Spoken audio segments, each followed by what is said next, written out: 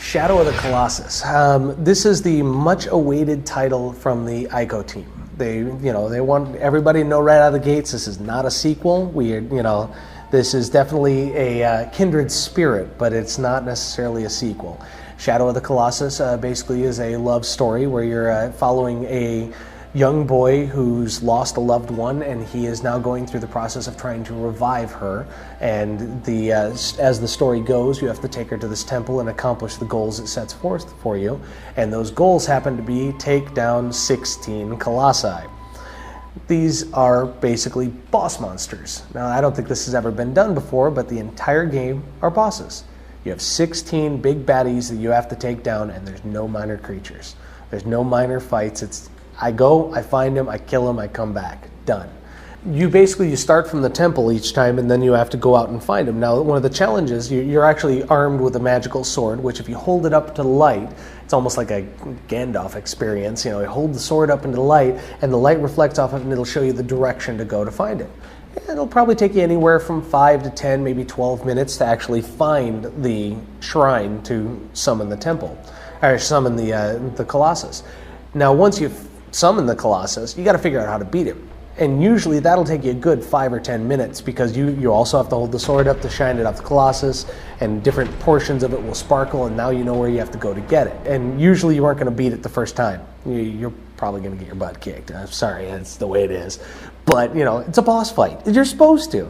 So now you actually have to go about the process of that 10 or 15 minutes to actually take him down. So all in all, you're probably looking at anywhere from 30 to 40 minutes, assuming you take the Colossus down the first time, each Colossus.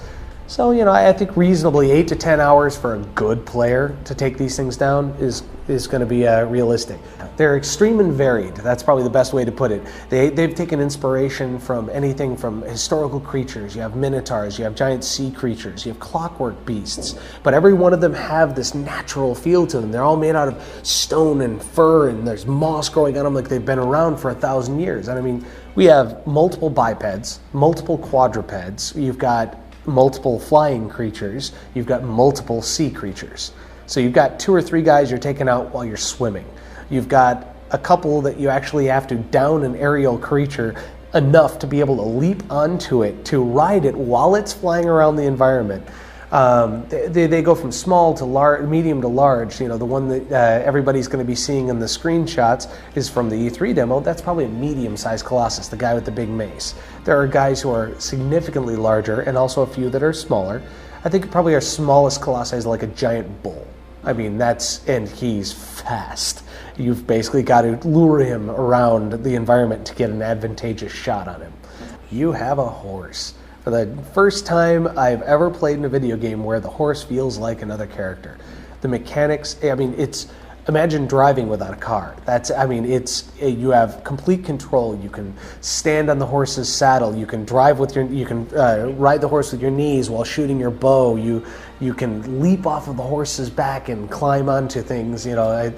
It's just the horse is phenomenal. Well, you do have a number of console style, climbing and jumping, hoppy-jumpy puzzles. A lot of that's actually part of the adventure where you're trying to get to the shrine, and that coupled with the fact that you've got to climb up most of these colossi to get to them to be able to stick them with your sword. So it's that aspect is it's funny. It's hard to describe because it's so immersive. You get up on there and you're climbing around on this boss, and you're trying to get up to the weak spot that your sword's shown you, and you've got to find places to rest on a monster like this. You got to find little hidey holes on the beast where you're sitting there and you're trying to get your energy back, and then you climb up even farther and you stab him and half of his health goes down, but the spot went dead. Oh God, there's another weak spot. I got to find the other weak spot. So you're climbing around, you're hanging off this thing, you're trying to find it, and oh God, I got to go down there. Oh geez, now you're climbing down the chest of the beast and stabbing him in the belly. It's phenomenal. Now we're going to be able to play some Shadow of the Colossus this fall. So we're hot on working on that and getting it ready for you guys, but you will be able to play a little bit of it at E3 as well.